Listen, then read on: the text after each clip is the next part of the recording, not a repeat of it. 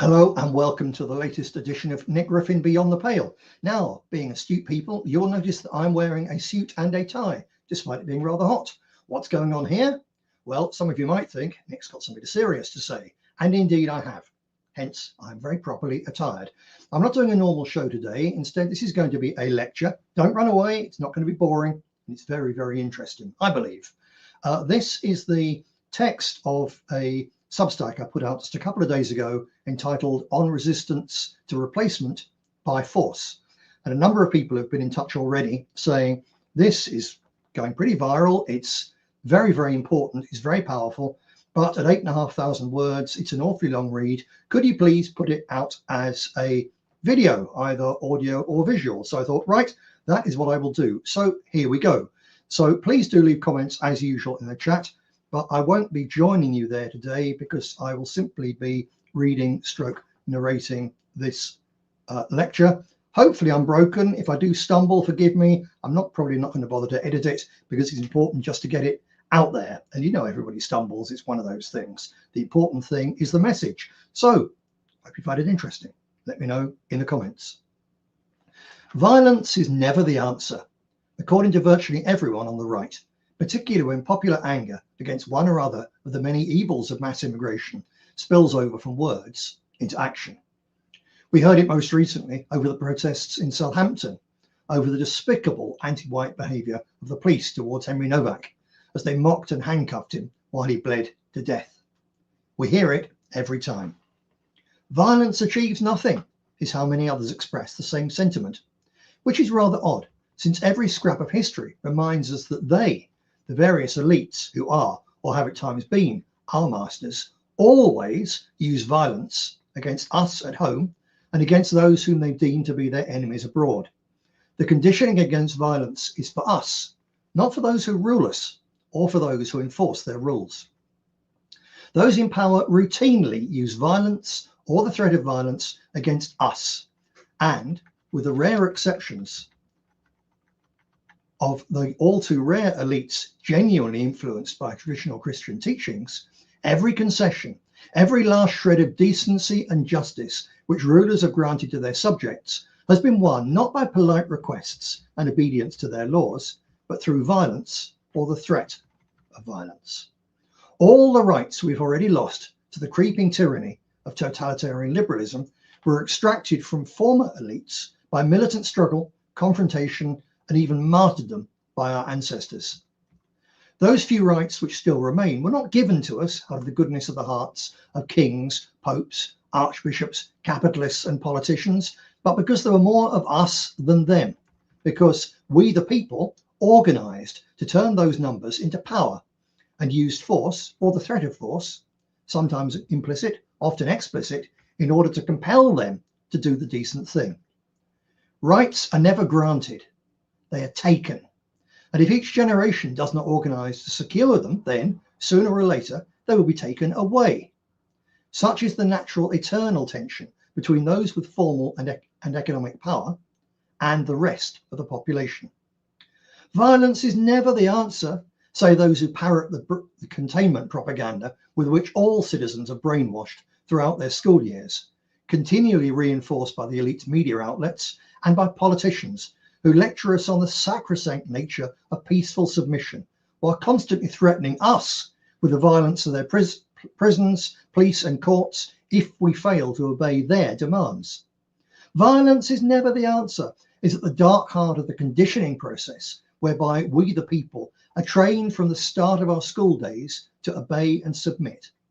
It is one of the most ridiculous of the control myths they stuff into the minds of the children groomed through the education system to be obedient citizens. It is, needless to say, closely related to the tale that having a lifetime ration of pencil crosses to use in elections dominated by plutocratic media outlets and social media algorithms in some way gives you a say in the running of your country. But here's the plain truth. Violence is almost always their answer to their enemies. And make no mistake, they know far better than we do that we are potentially their most dangerous enemies. This is true not just of the actual physical violence which the state and ruling class deploy through police batons and soldiers' guns when all other means of persuasion and control fail. Their courts and prisons are methods of compulsion as well. Their force is ritualized and legitimized by custom, and often by our own agreement, since it's usually directed against individuals who thoroughly deserve it. But if push comes to shove, the ruling regime will empty prison cells of real criminals in order to free up space for political prisoners and those who dare to resist their nation-killing agenda. Their rule is enforced through violence. Violence is never the answer. Really? Let us consider a few historical examples which give the lie to this convenient elite untruth. You don't have to agree with each piece of progress to see the principles at work. Why do we in Britain have a parliamentary democracy under a constitutional monarch? Because we cut the head off one king, chased another out of his kingdom, defeated him, his son, and his grandson in a series of rebellions which lasted more than 50 years, and we repeatedly slaughtered their supporters. Did the United States celebrate the 250th anniversary of writing a polite letter to King George, which persuaded him of the justice of releasing the colonies from his rule and from the financial death grip of the Bank of England? Or is the United States an independent nation because American rebels threw tea into Boston Harbor and then killed thousands of British soldiers and German mercenaries who were sent to crush them?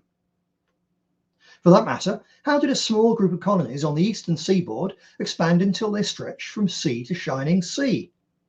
By sitting down with the Red Indians and convincing them that they should stop butchering and scalping white settlers and that they would be far better off accepting rule from Washington. The abolition of slavery and the granting of votes to upper-class women before they were given to working-class men were changes advocated by peaceful argument. But that was not the only method used.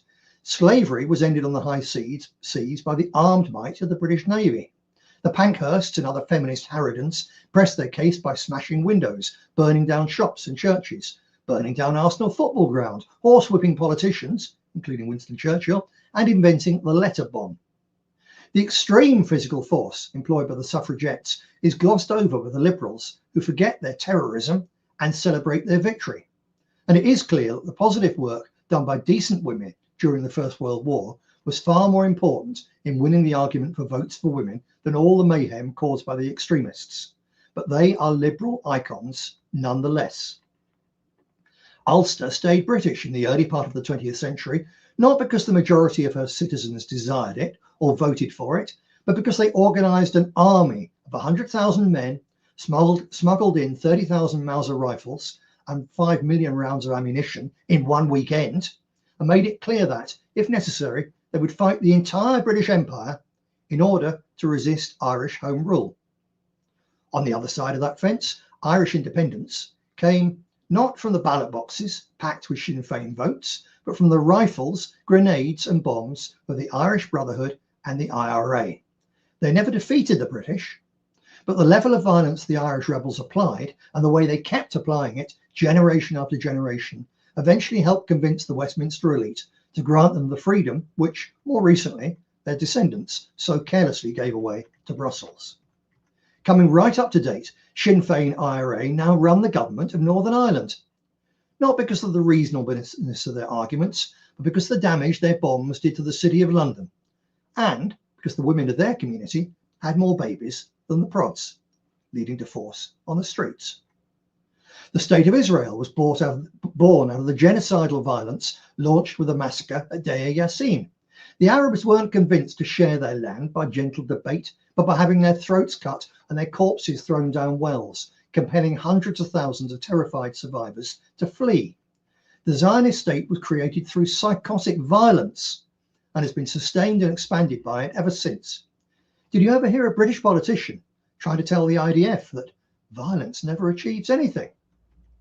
More mundanely, the entire liberal establishment romanticizes the Stonewall riots, whose violence marked a key point in the long culture and legal war for the legalization and current exalted status of homosexuality. The most bestial violence becomes acceptable when the liberals agree with its aims and targets. The same elite who so often tell patriotic dissidents that violence is never the answer stood foursquare behind the African National Congress when Winnie Mandela's football squad militia were busy placing burning tyres around the necks of Africans who refused to support their war against white minority rule. I could give many more examples, but that should be enough. So let's leave the final word on the verdict of history to the communist theorist who was such a strong influence on the '68 generation and their protégés who now run every institution in our society, Chairman Mao. All political power comes out of the barrel of a gun. Actually, as we will see, there are other sources of power, but that is what the left, the people who rule us, believe. Force in all its forms determines relations between nations and governments, but also the balance of power between governments and their subjects. Can you name any government that changed its fundamental direction, any oppressive system which reformed, any rights won by any oppressed people or group without the use of force? With the exception of Sweden granting independence to Norway and the mutually agreed velvet divorce between the Czech Republic and Slovakia, the answer is no. Now, before various fools and low-level touts start screaming, "Fed post!" let me make one thing very clear. I am not calling for the use of violence, not against either our oppressors or against any of their pet minorities. Far from it. In exploring this question in depth, we should start at the very top. If anyone really believes that violence is never the answer, yet claims to be a Christian, let them consider Jesus. Faced with the stinking corruption of the money changers and the Sanhedrin's hangers-on in the temple, he didn't waste time debating the problem. Christ didn't try to convince them to mend their ways with kindly words. He sat down and spent several hours braiding a cat of nine tails, a ferocious whip. Then he rushed in, threw over the temples, and drove the crooks and hypocrites from the house of God with the lash, an act of premeditated, calculated, morally inspired, cold rage. I'm not, however, going to argue that the violent example of our Lord gives us the right to turn to violence whenever we feel that our rights or the boundaries of fairness have been trampled upon. Far from it. A proper understanding of the problems of oppression, resistance, and violence tells us that physical violence must always be a last resort. It should also tell us that, even under a ruling elite which has empowered the invasion of our country and turned us into second-class citizens in our own land, we are, at the time of this lecture, nowhere near that point. Let us move the discussion on from indoctrination and containment propaganda by doing away with the loaded term violence. Things will become much clearer if we instead use the neutral term force. Next, let us recognize that when it comes to human relationships, whether oppressing a people, securing rights, or suppressing wrongdoing, there are two different categories of force: physical force and moral force. They are, of course, related. In a savage world without rules or concern for consequences, moral force would count for nothing. In the diseased and dangerous world which exists in the brains of Nietzscheans, might is right, and moral force is some sort of weakness. Strangely, this individualistic, anti-nationalist poison invariably infects the brains of the physically weakest and most mentally delicate specimens. Giving credence to the syphilitic Nietzsche, or more accurately, the works edited by his equally disturbed sister, is a vice of soft-handed intellectuals. So let's recognize simply that moral force exists and matters and move swiftly on. Good governments use moral force, custom, beliefs, and institutions whose power rests largely on tradition and consent, to nudge their subjects into conformity with commonly agreed values. In a healthy society with a monocultural base, such moral power is enough to maintain order and good behavior among the vast majority of the population. The dual nature of the obligations and restrictions on state and government are mirrored by those which apply to individuals, local communities, and the nation. The state is ultimately subordinate to the nation. No government may place itself above the nation. The collective will of the majority, informed by loyalty to the legacy of the past and tempered by the interests of those who are still to be born. In a good state, run for the current and future generations of the people who created it, and based on the customs and morality of their ancestors, citizens freely give their right to self-defense over to it. the right to declare and wage war becomes a matter for the head rather than the body of the nation. But when a state goes bad, there comes a time when the people can and should and must take back their right to self-defense. Similarly, with war, there can come a time when the state and its allies are so perverse, so wicked and so dangerous to the nation that it becomes necessary to seek to turn its wars into a civil war, in which the nation overthrows the tyranny which, if left in charge, would bring all to ruin. In a normal and healthy society, however, such drastic measures are wholly unnecessary. Physical force may properly be used by the state, although in practice it rarely is. It is generally deployed with near unanimous popular support only against those who break tradition and accepted moral norms.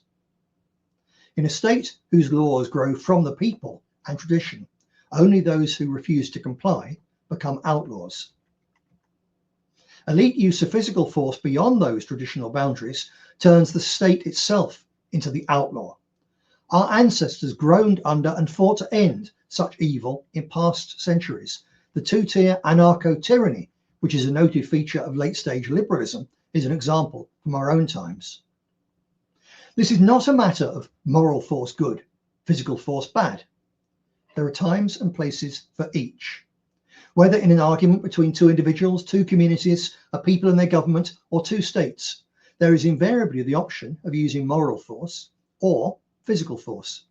The question of which should be used and when was developed most fully in the traditional Christian doctrine of the just war. As we will see, the theory set out by the Church Fathers is every bit as valid for nationalists and traditionalists up against the repressive forces of the liberal state and the violence of its favoured client minorities, as it is in the case of quarrels between nations. Christian just war theory developed as an attempt to reconcile the Christian commitment to peace with the reality that governments may sometimes need to use force to protect the innocent and preserve or restore justice. It was part of the broader church effort to house train the Dark Age warlords, a feat without which high medieval Europe could not have been created. The theory was shaped primarily by Augustine of Hippo and Thomas Aquinas. According to their traditional theory, a war must satisfy several criteria before it can be considered morally justified. First, there must be a just cause, such as self-defense against aggression or the protection of innocent people from grave harm. Second, the war must be declared by a legitimate authority, typically a recognized government rather than private individuals or groups. Third, those waging war must possess right intention. The aim should be the restoration of peace and justice, not revenge, conquest, or economic gain. Additional criteria were developed over time. War should be a last resort, undertaken only after peaceful alternatives, such as negotiation and diplomacy, have been seriously attempted. There must be a reasonable chance of success, since launching a hopeless conflict that causes suffering without achieving its goals would be immoral. Finally, the expected good achieved by the war must be proportional to the harm it will cause. The Church Fathers were far too worldly wise to believe the old lies about war itself being glorious. Just war theory also places moral limits on conduct during war, jus in bello. Combatants must distinguish between military targets and non-combatants, and force must be used proportionately to the military objective. Deliberate attacks on civilians are morally unacceptable. In summary, traditional Christian just war theory holds that war is never a positive good in itself, but may be morally permissible under strict conditions. A just war, legitimate authority, right intention, last resort, probability of success, proportionality, and respect for non-combatants are the key criteria that must be met for a war to be considered just within the true Christian tradition. Just war theory is not generally taught in state-approved education systems. For one thing, it's rather too complicated for dumbed-down modern brains. More important is the fact that an appreciation of what constitutes a just war rapidly produces the understanding that the vast majority of the wars waged by successive elites in our name and with our blood and taxes are thoroughly unjust and thus illegitimate, which is why they are always preceded, sustained, and excused by warmongering propaganda and fictitious atrocity stories. The most important contribution to ideas on the subject in recent times is On Resistance to Evil by Force, in which Ivan Ilyin sought to provide moral support for the anti-Bolshevik struggle after the Russian Revolution. As the White Russians called for armed resistance to Lenin's coup d'etat and the depraved brutality of Bolshevism, Ilyin set out to answer the question that had become particularly urgent in the aftermath of revolution and civil war. What is the moral duty of a Christian when confronted by real evil? His work was largely written in response to the Christian pacifism of Leo Tolstoy, whose interpretation of the gospel emphasized non-resistance to evil and rejection of all violence. While Ilyin admired the moral seriousness and sincerity of this position, he asserted that it failed to reckon adequately with the reality of evil and the obligation that human beings owe to one another. Evil, Ilyin maintains, can be real, deliberate, destructive, and implacable. Some individuals and movements consciously seek domination, cruelty, and the destruction of moral order. In such circumstances, he argues, appeals to conscience, persuasion, and personal example may prove insufficient. A person who encounters evil cannot always overcome it through passive endurance alone. A person who refuses to resist an aggressor may keep his own hands clean, but in doing so, he leaves the innocent undefended. Christian love, in Ilyin's view, is not merely a matter of refusing to do harm, it also requires the active protection of others. Under certain circumstances, therefore, resistance to evil may require coercion and even physical force. Yet Ilyin is careful not to portray violence as something good in itself. Force remains a tragic necessity rather than a positive moral achievement.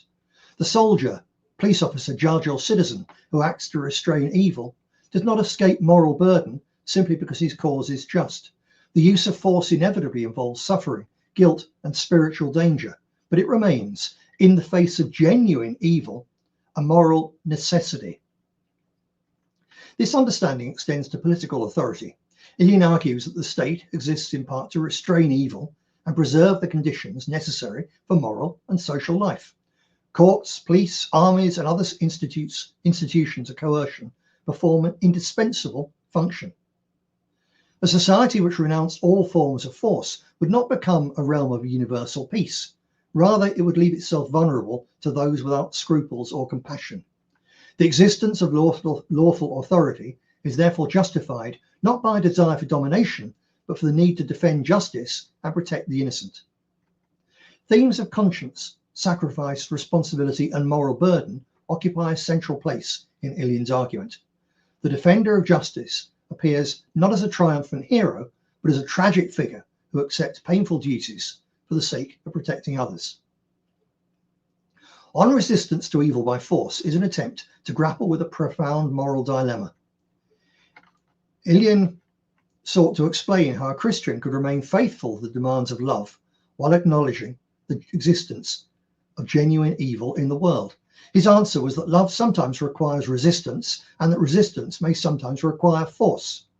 Such force is never pure, never desirable for its own sake, and never free from moral cost.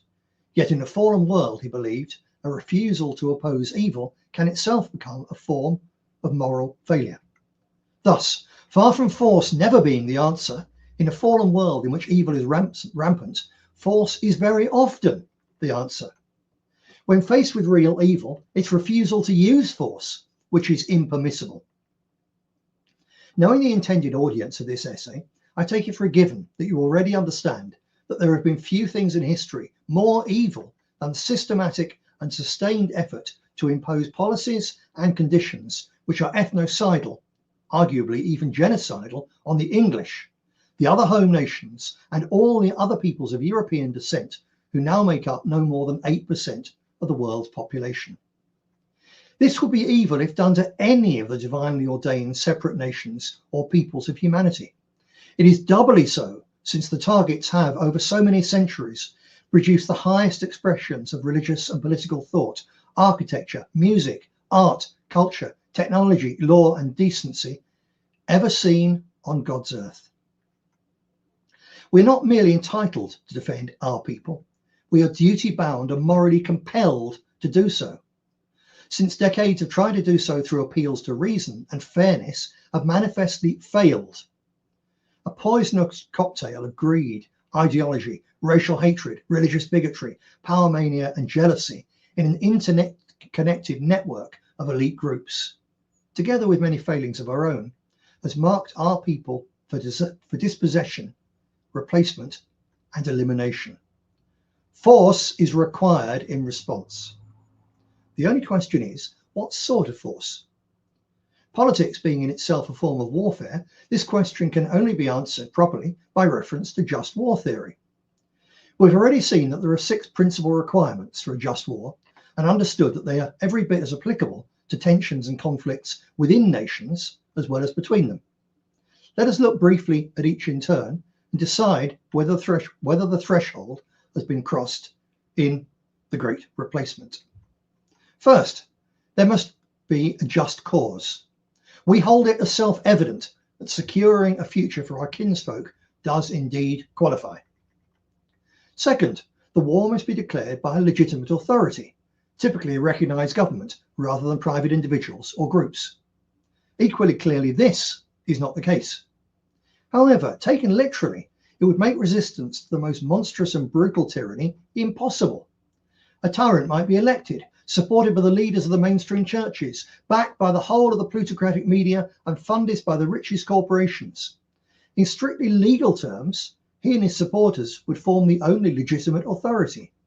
But once his regime starts robbing and oppressing people, is it necessary to wait until it begins torturing to death? Or until one of the bought and paid for bishops finally finds the courage to speak out before taking steps to end the tyranny? Of course not. And when the rebellion in question fits with the liberal agenda, our masters certainly have no such scruples. Just check out the terrorist activities of the communist bomber Nelson Mandela and his necklace happy wife.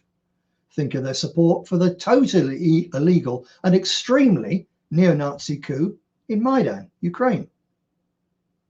The legitimate authority in our case is not provided by the voice of a pope or a bishop or a high-profile political opponent of the regime. As nationalists, we understand that tradition gives voices and moral votes to the dead of our folk and enfranchises the unborn of the nation too. Despite decades of deliberate dumbing down and deracination of our education system, despite years of liberal brainwashing, we and growing millions know what freedom really means and which freedoms must never be relinquished. We know who are our people, who we're prepared to accept as permanent guests, and who should be on the first plane out. We know the difference between legitimate free enterprise and corporate looting. We know the difference between tolerance of the odd and the essentially harmless, and surrender to foul and dangerous perversions. We know this from what we feel in our own bones, but also by giving due consideration to the writings and examples of past heroes of our people's long struggle against oppression and looting by previous elites, every bit as wicked, albeit in sometimes different ways, to that under whose heel our folk suffer in our own time. The great William Cobbett, for example, wrote in his epic and indispensable Rural Rights, "The people have the right to insist upon measures necessary to restore the greatness and happiness of my country. And if our rulers show not that disposition, it will be my bounden duty to endeavour to rive them from the positions of power." We know, in short, that the time has come for resistance. We do not need anyone's permission to organise for resistance and to begin its goodly and godly work. Third, those waging wars must possess right intention. The aim must be the restoration of peace and justice, not revenge, conquest, or economic gain. Now, we have to face the truth here. There are some among the indigenous would-be resistance who have already been driven mad by the injustice of what has been done to our people and by the fear of what is yet to come. Repression has already begun the familiar cycle of alienation, hatred, violence, and more repression.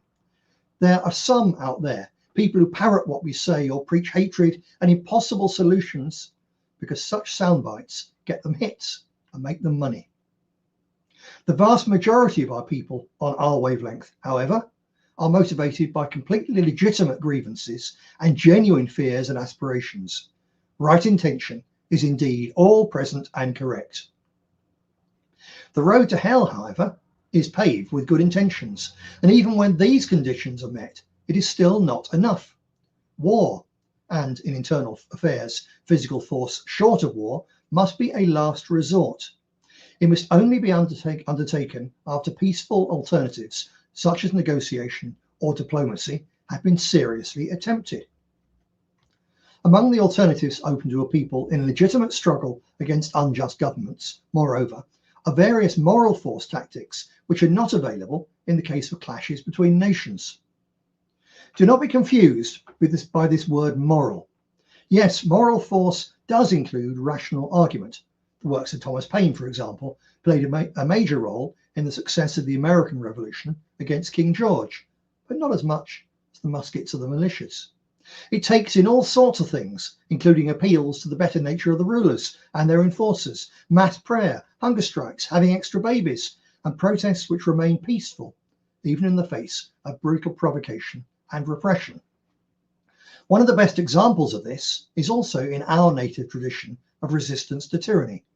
Shelley's Mask of Anarchy was written in 1819 in direct response to the Peterloo Massacre, where cavalry charged a peaceful crowd in Manchester demanding parliamentary reform, killing around 18 people and injuring hundreds. The poem includes a call to passive resistance, which predated, for example, Gandhi by more than a century.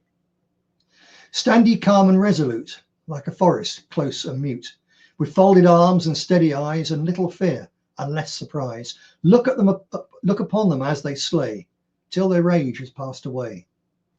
Then they will return with shame to the place from which they came, and the blood thus shed will speak in hot blushes on their cheek. Every woman in the land will point at them as they stand.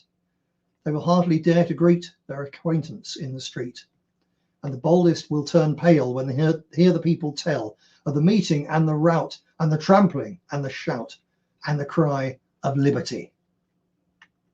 Ye are many, they are few, the poet concluded, echoing the position of Etienne de Boitier as he sought to galvanize the French against absolute monarchy. Passive resistance is, however, only one form of moral force. It's the softest, safest, the one which, applying the principles of just war theory to strife within the nation, must be utilized first. In recent British history, the best example of it being utilized by serious numbers of people in coordinated support of a specific and just cause was the campaign by Cymdeithas y Iaith Cymraeg, the Welsh Language Society, in the 1960s for recognition, legal status and media outlets for the oldest living indigenous tongue in Britain. Out of a Welsh-speaking population numbering well under 1 million, more than 5,000 campaigners, the majority young idealists, were arrested for acts of non-violent direct action, including non-payment of the BBC TV licence fee, sit-ins, the painting over of English-only road signs, and the sabotage of radio and TV transmitters. Large numbers willingly went to prison. Their cause and actions were supported by the vast majority of their compatriots, and in the end, successive Westminster governments have reluctantly agreed to their demands. There were a handful of Welsh nationalists who attempted to emulate the IRA, with the Free Wales Army and the Movement for the Defence of Wales. They mainly confined themselves to using explosives stolen from quarries to blow up water pipelines, to protest at the destruction of Welsh communities to make reservoirs to supply water to England. 2 MAC members were killed trying to bomb the railway line, carrying the royal train to the investiture of Charles as Prince of Wales in 1969. Later, a small group of Welsh hardliners ran a campaign of arson attacks on holiday homes owned by English outsiders. Overwhelmingly, however, the campaign for the Welsh language, while militant, was always peaceful. And it worked. Welsh is today by far the most widely spoken of the Celtic languages, in very marked contrast to the plight of Irish Gaelic, whose champions sought to protect it and advance their broader nationalist cause through violence. In the end, Westminster governments found it easier to give way to the peacefully expressed demands of the Welsh than to the extreme violence of the Irish. The latter encouraged a dangerous tendency to settle scores by bullets and bombs, and also had a drastically radicalizing effect on the Protestant minority on the island of Ireland. Thus ended the original Republican dream of uniting Orange and Green, and set the scene for two bloody and sordid civil wars. While British and English nationalists now see clearly that our people are on the same slippery slope to minority status as Welsh speakers, their response, apart from a few recent outbursts of low-level rioting, has been neither to use moral or physical force. Up until now, the struggle against the Great Replacement, the system's grotesque failure over the Muslim grooming gangs, and the second-class citizen status of which that is just a part, has been confined to a minority of citizens changing how they vote. It's all very polite and English, and frankly, it has become pathetic. When first attempted by the National Front, then the British National Party, there was the excuse that electoral insurgency hadn't really been attempted before.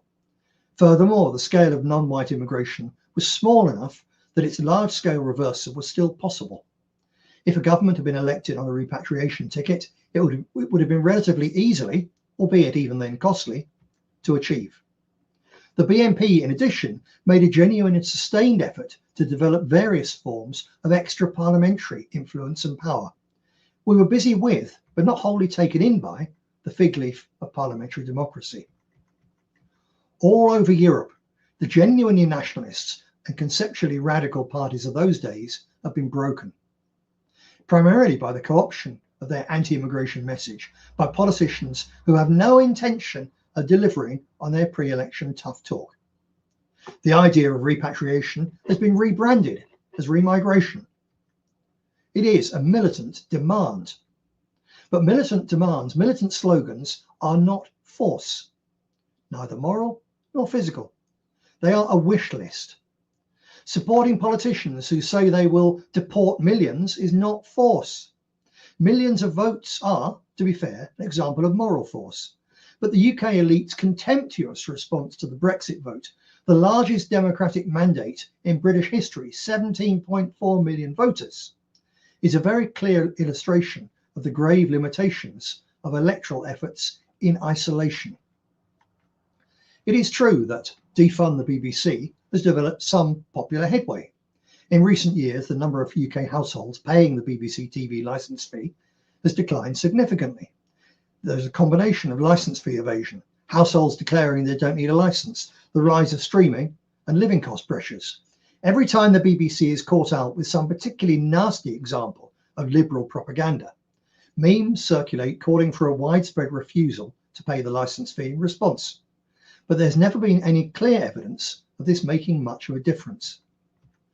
The total potential lost income was well over £1.1 billion per year by 2025, forcing the BBC to cut spending by hundreds of millions and warn of managed decline without stronger enforcement, which incidentally would only make the tax even more unpopular. Given the fact that the TV licence fee is extremely unpopular already, and that there is some public experience of successive resistance to its collection, a serious boycott of the blatantly anti-Indigenous BBC would not take many more twists of the collective radicalisation screw to make feasible. This is one very soft, but for the powers that be, potentially very expensive, avenue. A factor in determining the effectiveness of the inevitable Indigenous resistance movement will be the extent to which its decentralised leadership develops the skill of spotting and exploiting such opportunities.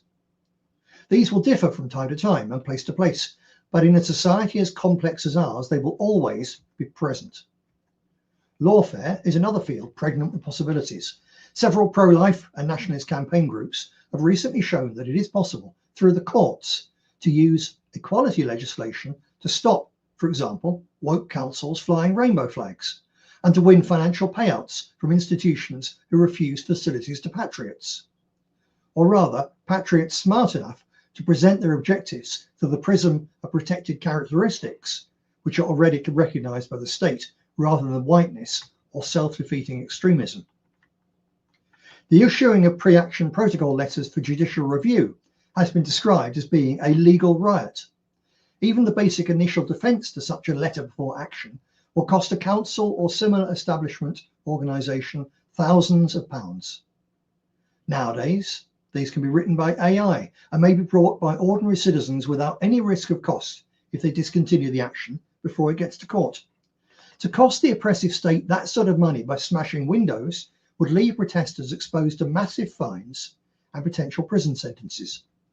To do it by initiating what is essentially a vexatious legal procedure is, for now at least, completely free of any uncomfortable consequences.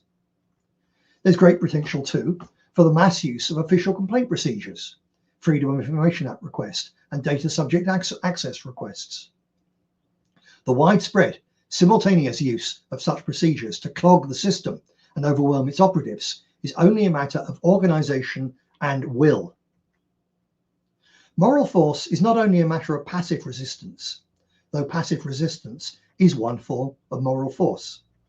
It is also organising, boycotting, sending to Coventry, building the capacity to block the streets, turn off the electricity, hacking their systems, removing the physical apparatus of surveillance, the withholding of taxes and essential work, fuel blockades, disruption by drones, and all the other examples which human ingenuity can devise.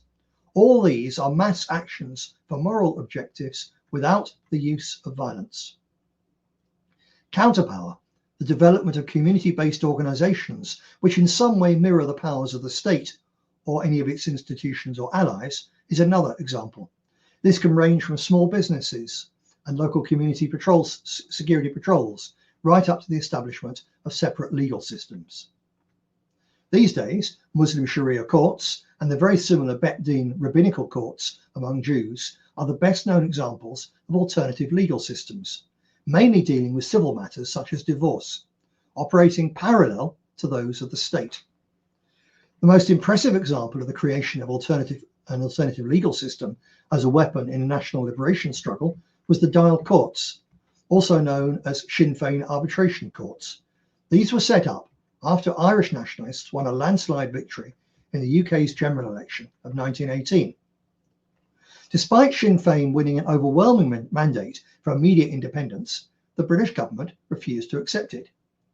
Sinn Féin responded by setting up an Irish Parliament, the Dáil.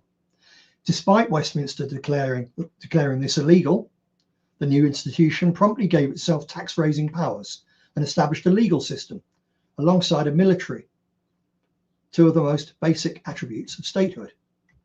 The new legal system was based on Ireland's ancient Brehon laws, augmented by custom and common sense, rather than British statute and English common law.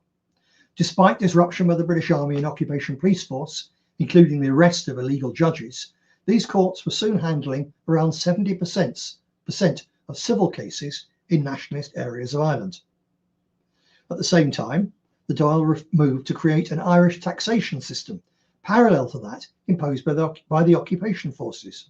In July 1919, the Minister of Finance, Michael Collins, announced the creation of a national loan. Intended to raise £250,000 to fund the new Irish Republic, this was heavily oversubscribed, with Irish patriots both at home and among the US diaspora buying £390,000 worth of Republican bonds. These were redeemed by the government after the illegal counterpower initiatives of the Irish rebels became the institutions of the Irish Free State, with the signing of the treaty with Britain, which ended centuries of often ruthless British rule. While the struggle raged, the unofficial Irish state also collected taxes in nationalist areas. In many cases, these were paid voluntarily, but when citizens were less than enthusiastic, the arm wing of the revolution, the Irish Republican Army, encouraged contributions in a way which the British forces and Protestant minority, with some justification, regarded as a protection racket. In modern times, by far the most effective use of counterpower ideas and structure is by the Muslim Brotherhood. Decades of generous support by assorted oil sheikhs has given the followers of Sayyid Qutb, whose 1964 manifesto milestones should be read by all European ethno-nationalists, a marked advantage. But all the money would have done them little good if Qutb hadn't laid out a practical and far-sighted plan for how to use it. Wherever they operate, the Brotherhood systematically create parallel structures which steadily marginalise and replace the state in many aspects of everyday life. On the other side of the Sunni-Shia divide, Hezbollah's rise to become the biggest non-state military force in the world also owes a great deal to the moral force of many of its counterpower initiatives. Schools and benefit systems come well before guns and rockets. The former are hugely important in their own right in winning hearts and minds, but they are also precursors to the latter, helping to supply the highly motivated young men who will use them.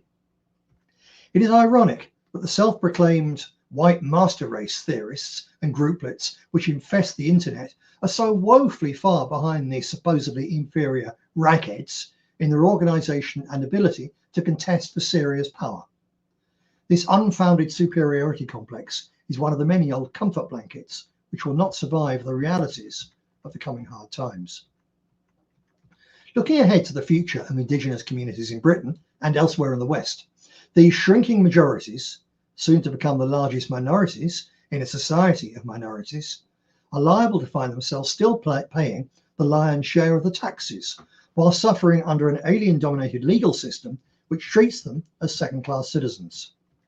Creeping Islamization and galloping liberal degeneracy alike will make the legal, educational and social structures of the country increasingly foreign and uncomfortable to the Indigenous community. This will take place in an overall atmosphere of increasing tribalisation and a shift from class to identity politics.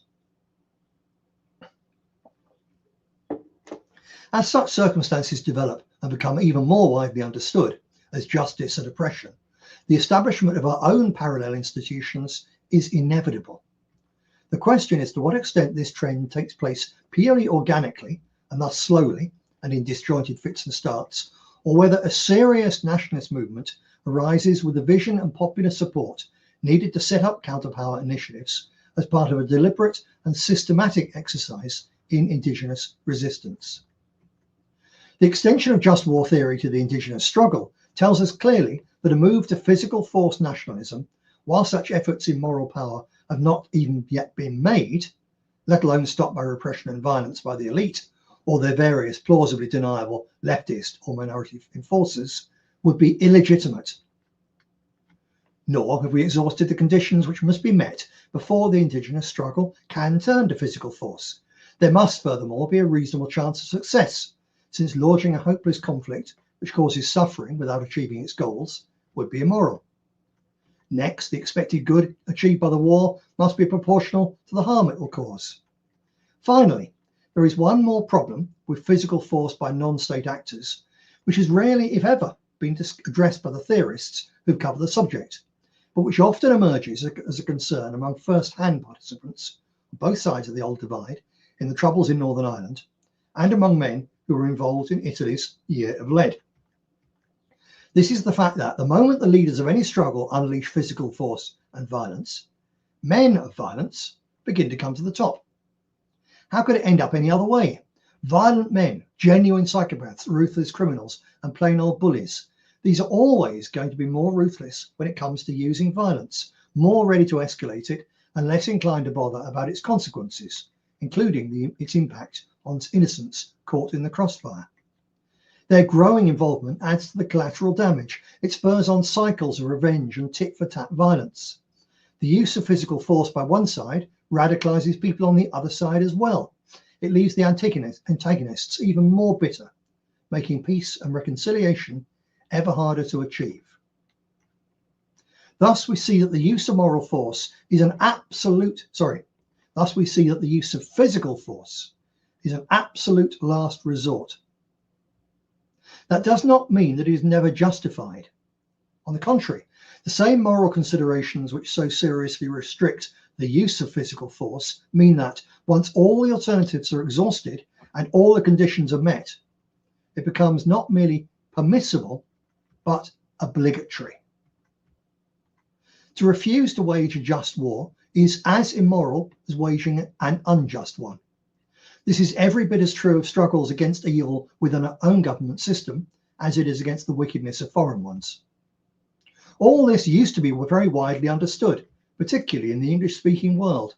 Centuries of struggle against kings, barons, popes, and the greed of the already far too rich have produced a long tradition of passion for freedom, fairness, and the rule of a law which stood above even the mightiest.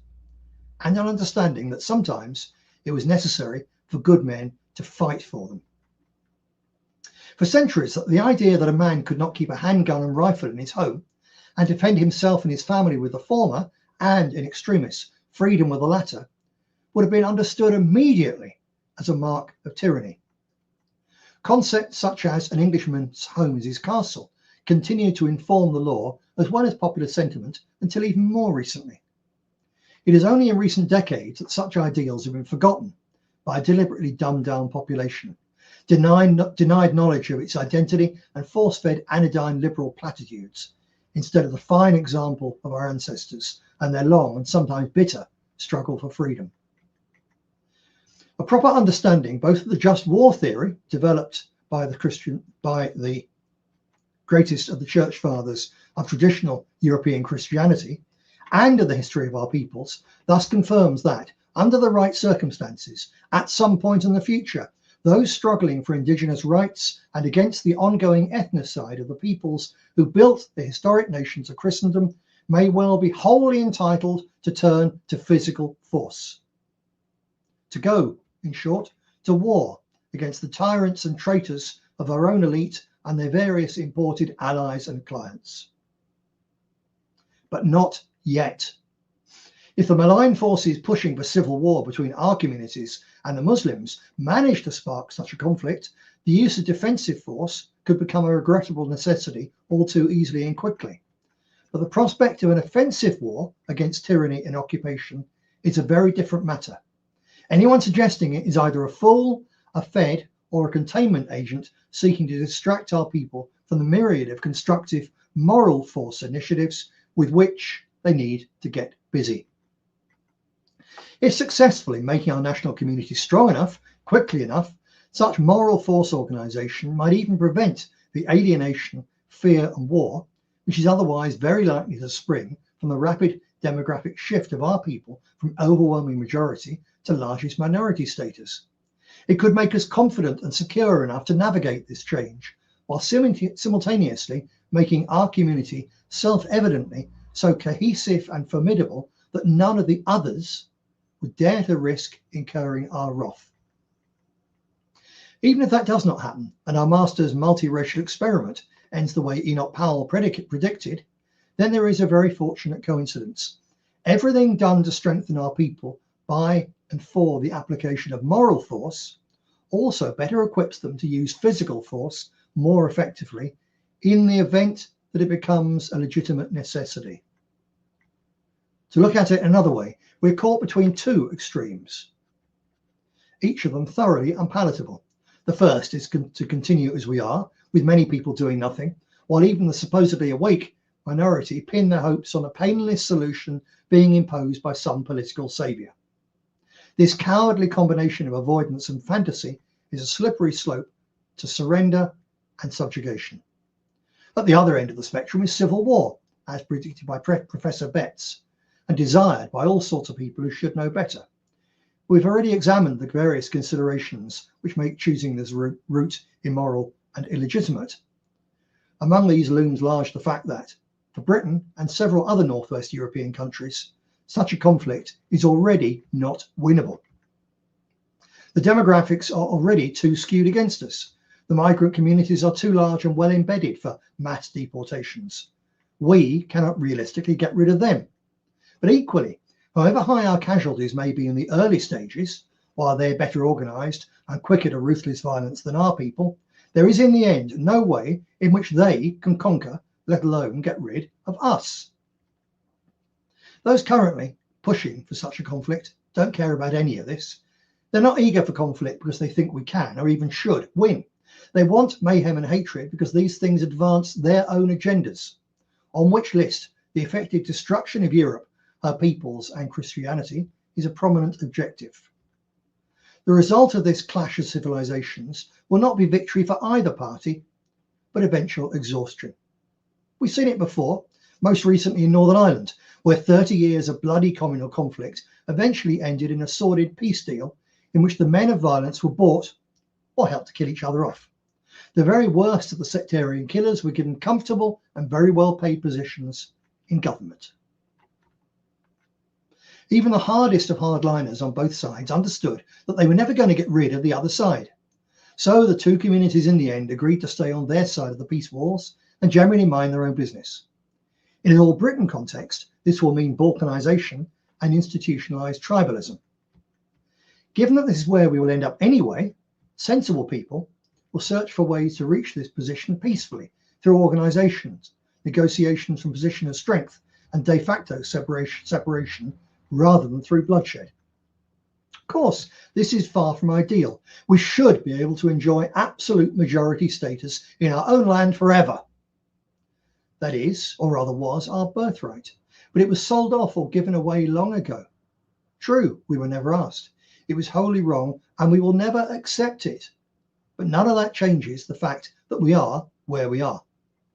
The map of the road ahead already shows various unmovable obstacles you can wish for or howl at the moon and remain a powerless observer. Or you can try to navigate the roadmap with resourceful realism and force the powers that be to grant concessions which put our people in a better position to make and in due course obtain the next demand. This is the middle way between the two extremes, between abject surrender and unwinnable war. The genuinely moderate but also radical option is to organize for the effective exercise of moral force so as to secure for the indigenous peoples of our islands, and indeed other nations of European origin, the recognition, rights and resources to ensure that no one even thinks of trying to deprive us of our place under the sun. To say this is not to underestimate the amount of work this will involve or the amount of resistance that our efforts will face. But we have no choice. Our backs are already against the wall. The dangers our people face are not some distant theoretical threat. We're already under extreme pressure. Powerful vested interests and lobbies are pushing us to accept miscegenation and second-class status.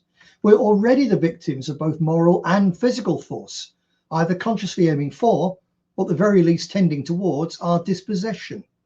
If we do not develop the ability to counter those pressures with appropriate force of our own, then dispossession will become subjection and our eventual elimination as distinct peoples and living cultures. But we will not be replaced. Not because our enemies can be convinced of the errors of their ways, not even because, for the time being at least, some of them have found a use for our young men as cannon fodder once again. We will not be replaced simply because we are going to resist replacement, and because our resistance, while moral and legitimate, will involve irresistible force.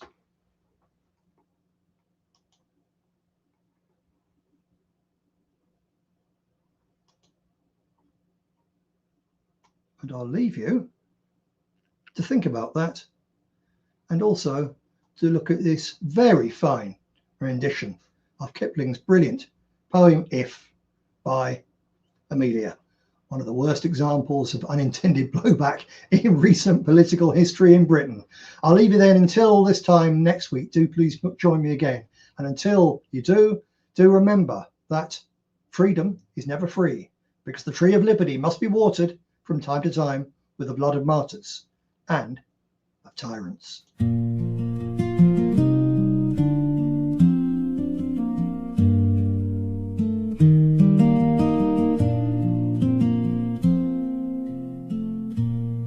If you can keep your head when all about you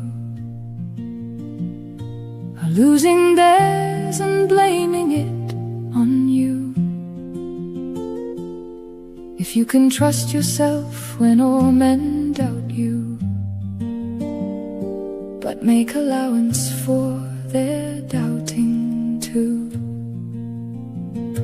if you can wait and not be tired by waiting or being lied about, don't deal in lies,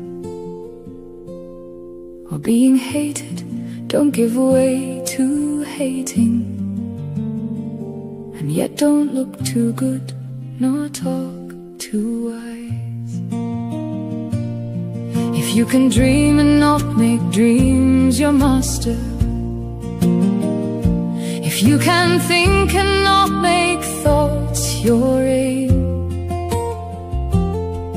you can meet with triumph and disaster, and treat those two imposters just the same. If you can bear to hear the truth you've spoken, twisted by knaves to make a trap for fools, or watch the things you gave your life to broken, and stoop and build them up with worn-out tools. If you can make one heap of all your winnings, and risk it on one turn of pitch and toss, and lose and start again at your beginnings, and never breathe a word about your loss. If you can force your heart and nerve and sinew to serve your turn long after they are gone, and so hold on when there is nothing in you except the will which says to them, hold on. If you can talk with crowds and keep your virtue,